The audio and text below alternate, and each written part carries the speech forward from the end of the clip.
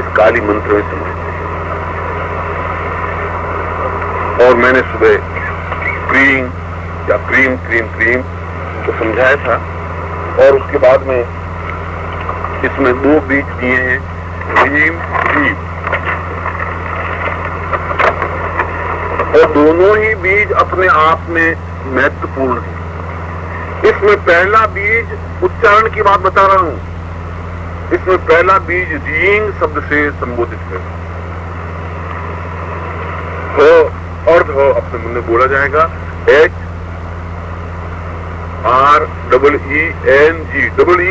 Ring, ring नहीं है। मैंने HRING नहीं बोला है, REENG बोला है। RING बोलूंगा तो रिंग हो जाएगा, और ये बोला रिंग और रीम, ये 2 बीज।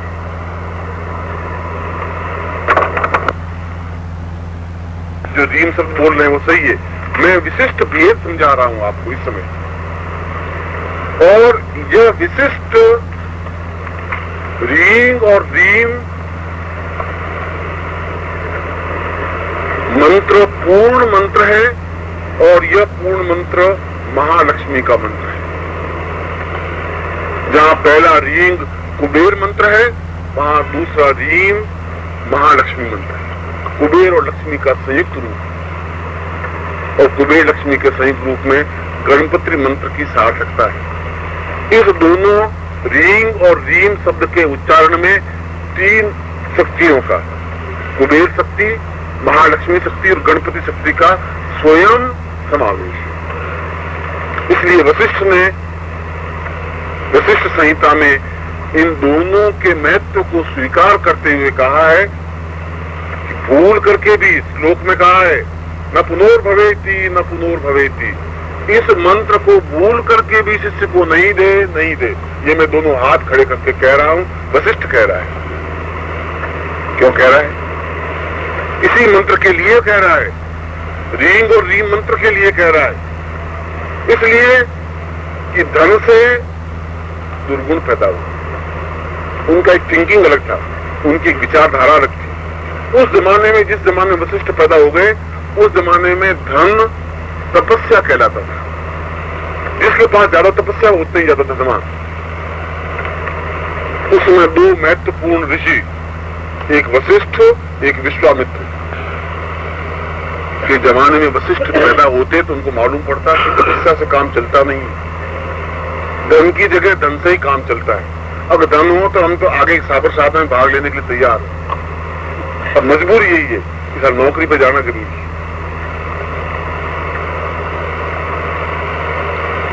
और उस अद्वितीय धन प्राप्त करने के लिए, अद्वितीय शब्द लगा रहा हूं,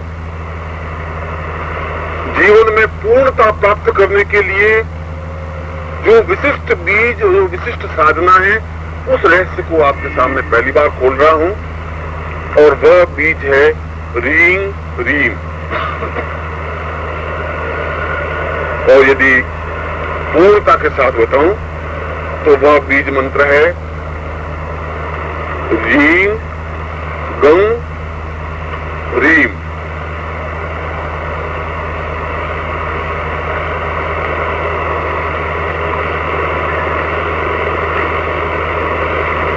इसके लिए क्या उपकरण जरूरी है, किस प्रकार से मंत्र जरूरी है, किस प्रकार से भेद जरूरी है, यह भी जरूरी है। क्योंकि जब महाकाली साधना करवा रहा हूं तो मेरी ड्यूटी है कि मैं आपको महालक्ष्मी साधना को भी संपन्न करवाऊं, समझाऊं, मां सरस्वती साधना को भी समझाऊं। मां सरस्वती साधना संपन्न समझाइए मैंने, करना आपके हाथ में। मैं तो घोड़े को ले जा करके लगाम पकड़ करके तालाब के किनारे जाके खड़ा कर सकता हूँ, उसको बता सकता हूँ ये पानी बहुत स्वच्छ है, तेरे तृप्ति हो जाएगी, वो इन्ना के खड़ा हो जाए, अरे पी ले भाई, ये बहुत जरूरी है, फिर तुझे तालाब पे कोई नहीं लाएगा। बस वो सोच की तरह खड़ा हो गया तो बाप की इच्छा है। मैं तालाब के किनारे ला सकता हूँ, पानी नहीं पिला सकता, ये मेरे हाथ में नहीं। आप यहाँ से जाने के बाद में वैसे के वैसे भोला शंकर बन जाए, महापुरुष बन जाए, तो उसका तो मैं क्या कर सकता। और इस बीज के लिए लक्ष्मी समुद्र तनया, समुद्र से पैदा हुई, उनके पिता का नाम समुद्र है। इसलिए शंख को कुबेर कहा गया है। समुद्र से जो उत्पन्न होता है शंख, उसको कहते हैं कुबेर। शंख कौन सा? मोती शंख, जिसको लौकिक भाषा में मोती शंख कहते हैं। शंख उसमें कई प्रकार के निकलते हैं, दक्षिणावर्ती शंख, वाम पक्षीय शंख, मोती शंख। मोती शंख की एक विशेषता है, उसकी एक विशेष आभा, एक विशेष चमक है, वो अपने आप में एक विशेष चमकता युक्त है। और यह प्रयोग विश्वामित्र संहिता का प्रयोग है, अपने आप में अद्वितीय प्रयोग है। इसको केवल विश्वामित्र ने ही सिद्ध नहीं किया, वशिष्ठ ने भी सिद्ध किया उस जमाने में। उस जमाने में कहा कि यह विश्वामित्र की तपस्या और ताकत है, इस मंत्र की रचना कर सके, इस मंत्र का प्रयोग कर सके, इस मंत्र की विधि स्पष्ट कर सके, इसके उपकरणों को तैयार कर सके। और पहली बार मोती शंख प्राप्त हुआ उस जमाने में। अगर मोती शंख देखना हो तो मैं आपको बुला सकता है अनिल से, मगर यह प्रयोग अपने आप में अद्वितीय है। उस मोती शंख को किसी भी पंचमी के दिन, पांचम जिसको कहते हैं, प्रति एकम दूज तीज चौथ पांचम, या किसी भी बुधवार से, कोई भी हो, इसमें कोई फर्क नहीं पड़ता, चाहे पंचमी हो चाहे बुधवार हो, क्योंकि बुध लक्ष्मी का और कुबेर का और गणपति का दिन कहलाता है। आप इस प्रयोग को देखें, इस प्रयोग को करें, आपको महसूस होगा कि इस प्रयोग में कितनी ताकत है, वो बताता है। क्योंकि यह प्रयोग आकस्मिक धन प्राप्ति का प्रयोग है, यह लक्ष्मी क्षरण प्रयोग है, यह कुबेर प्रयोग है, यह अपने आप में अद्वितीय मंत्र प्रयोग है, लक्ष्मी के लिए महालक्ष्मी प्रयोग है। उस मोती शंख को बुधवार के दिन प्रातः काल सूर्योदय से लगा करके 1.5 घंटे के भीतर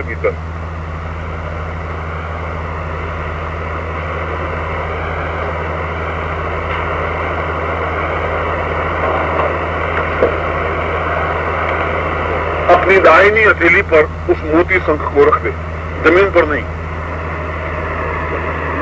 उसका मुंह खुद के सामने हो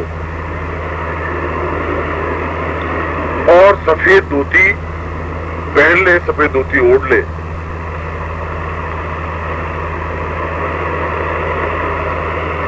और मूंगे की माला, क्योंकि मूंगा समुद्र से पैदा होता है, या कमल बीज की, कमल काकड़ी की माला,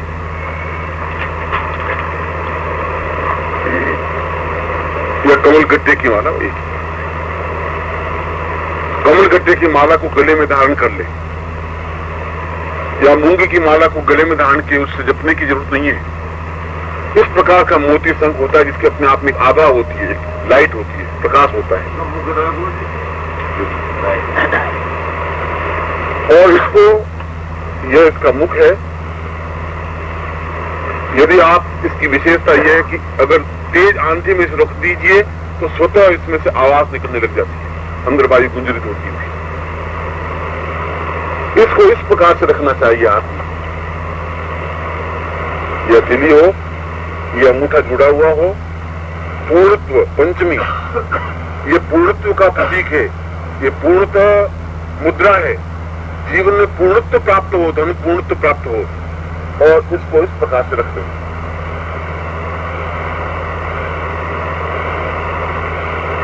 सामने,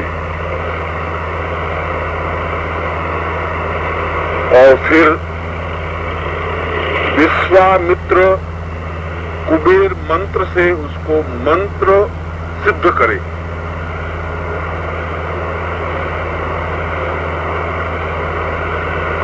उस शंख को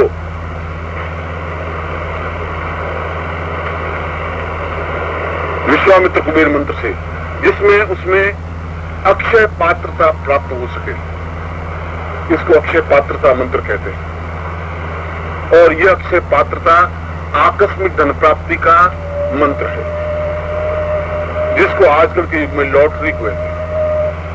उस जमाने में आकस्मिक धन प्राप्ति के सैकड़ों साधन होते, जमीन में से प्राप्त हो जाता था, जुए से प्राप्त होता था, और भी अन्य साधनों से प्राप्त होता था, राजाओं के यहाँ से प्राप्त होता था, जिसको हम परिश्रम करके नहीं कमाएं, अनायास अचानक धन प्राप्ति हो जाए, उसको आकस्मिक धन प्राप्ति या कुबेर मंत्र कहते हैं, या पूर्णत्व मंत्र कहते हैं।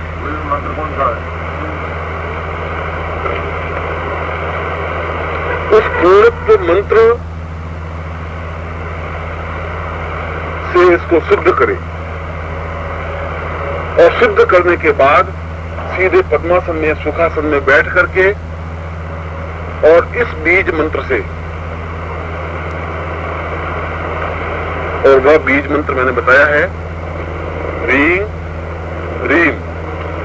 गम की ध्वनि बीच की है, वह मन में बोलनी है, गम उच्चारण युक्त नहीं है।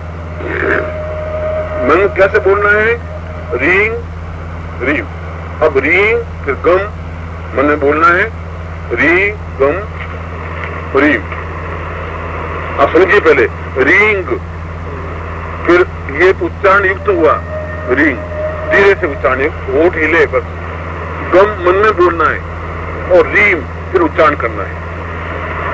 यह पूर्णत्व मंत्र है, फिर गणपति मंत्र है, फिर कुबेर मंत्र। फिर गम तो गम गम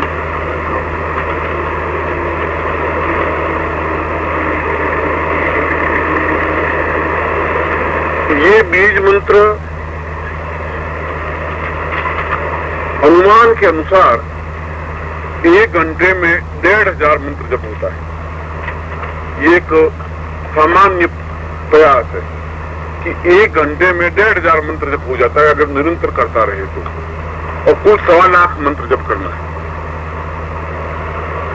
इसमें माला मंत्र जप हो नहीं सकता, माला तो पहनी हुई है, बाएं हाथ से माला फेरने का विधान नहीं है, दाहिने हाथ में आपकी शंख है, मोती शंख है, और यह शंख भी पूर्णत्व सिद्धि प्राप्त शंख है।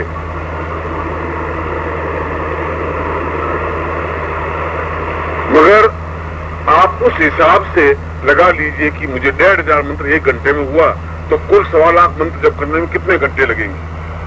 नित्य 3 घंटे मंत्र जाप का विधान है।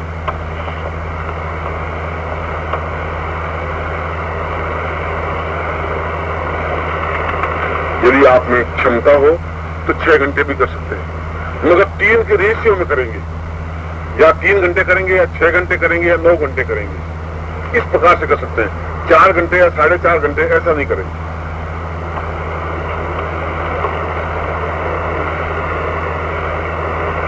इसमें जितने दिनों में आपके मंत्र जब पूरा हो जाए उतने दिनों में, मगर प्रातः काल पूजा होगी, रात्रि को मंत्र जप होगा। फिर ध्यान रखिए, बुधवार को प्रारंभ होगा, सुबह सुबह इसका मंत्र जप होगा, पूजा होगी, और उसके बाद में या तो उसमें आप मंत्र जाप कर सकते हैं कंटिन्यूस 3 घंटे या 6 घंटे या 9 घंटे, और यदि उस समय किसी वजह से नहीं कर सके तो रात्रि को फिर आप करें। रात्रि के लिए किसी प्रकार के टाइम की जरूरत नहीं होती, और बुधवार को प्रारंभ करना जरूरी है, और बुधवार को ही समाप्त करना जरूरी है। इसमें 2 बातें होती। यदि सोमवार को 1.25 लाख मंत्र जप हो जाए तो भी आप मंगलवार को भी मंत्र करिए, और 1.25 लाख से ज्यादा हो जाए तो कोई आपत्ति नहीं है, तो बुधवार को उसका समाप्ति करना चाहिए।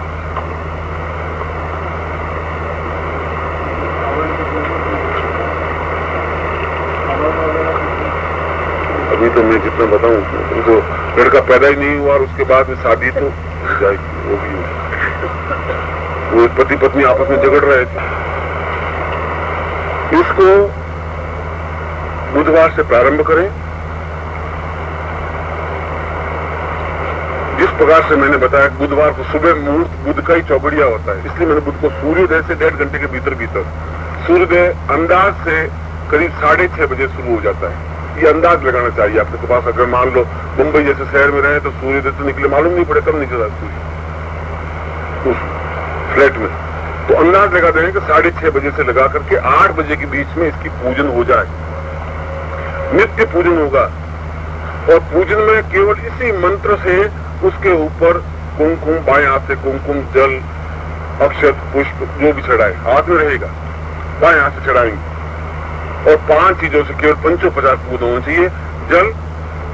जल को डाला, पहुंचा, फिर धो लिया, पहुंच लिया, फिर कुमकुम या केशर, फिर अक्षत, फिर पुष्प, फिर दीपक। ये 5 पदार्थ पूजा करें। उसके बाद में हाथ में ही रखे 3 घंटे तक वो हाथ में रहे और आप मंत्र जाप करें। बुधवार को करेंगे, फिर गुरुवार को भी करेंगे, शुक्रवार को करेंगे, मगर कंटिन्यूटी में मंत्र जप होगा। इसमें 2 बातें जरूरी है। यदि आप सुबह से कर रहे हैं 3 घंटे, तो फिर 3 घंटे के बाद में फिर दूसरे 3 घंटे करें। ऐसा नहीं कभी 3 घंटे कभी 6 घंटे, ऐसा नहीं। यदि बुधवार को दिन को समय नहीं मिल पाता हो तो रात्रि को फिर आप 3 घंटे या 6 घंटे करें, तो दूसरे दिन भी फिर रात्रि को करेंगे, 30 दिन भी रात्रि को करेंगे। सुबह पूजा नित्य रोज होगी। इस प्रकार से जब 1.25 लाख मंत्र जब पूरा हो जाए बुधवार को, तब इसको किसी सफेद वस्त्र में बांध करके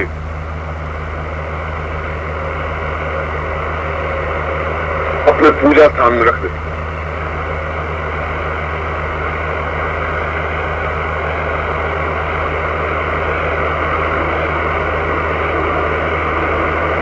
और उस बुधवार को जिस दिन ये मंत्र जब पूरा हो जाता है तो तर्पण करने की या यज्ञ करने की जरूरत नहीं है। केवल एक बटुक को भोजन करवाने की जरूरत है। बटुक कहते हैं जो कुंवारा हो, अविवाहित, उसको घर बुला करके भोजन करवा दे, जो आपका गोत्र का नहीं हो, अपना बेटा नहीं हो या अपना भाई नहीं हो या भतीजा नहीं हो, किसी भी पड़ोसी के या ब्राह्मण के किसी लड़के को जो कुंवारा हो, बटुक हो, उसको बुला करके घर में भोजन करा दे और उसको यथाशक्ति दान दक्षिणा दे दे। धोती दे दे, कुर्ता दे दे, नहीं हो तो 100 रुपया दे दे, नहीं हो तो पुष्प समर्पित कर।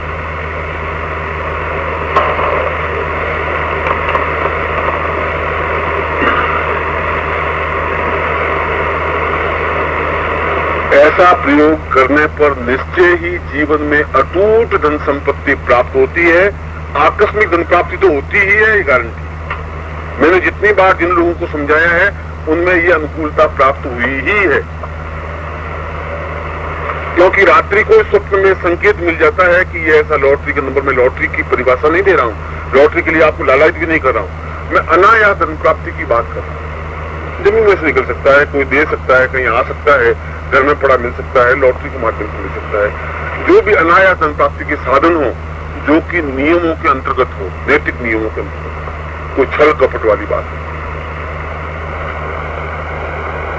मगर यह मंत्र उतना ही तीक्ष्ण है जितने तीक्ष्ण आप हैं, हमारा जीवन है, जितना प्रामाणिक आप हैं कि आप जीवित हैं। अगर ये बात प्रामाणिक है तो ये मंत्र भी प्रामाणिक है। इस मंत्र से अटूट धन संपत्ति प्राप्त होती ही।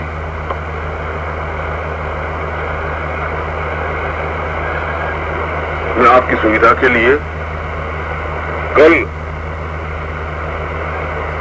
दोपहर के प्रवचन में इसको कुबेर मंत्र से और प्राण प्रतिष्ठा मंत्र से सिद्ध करवा दूंगा। यदि आपके पास, यदि आप घर से लाए हो मोती शंख, तो मैं उसको सिद्ध करवा दूंगा यहीं पर।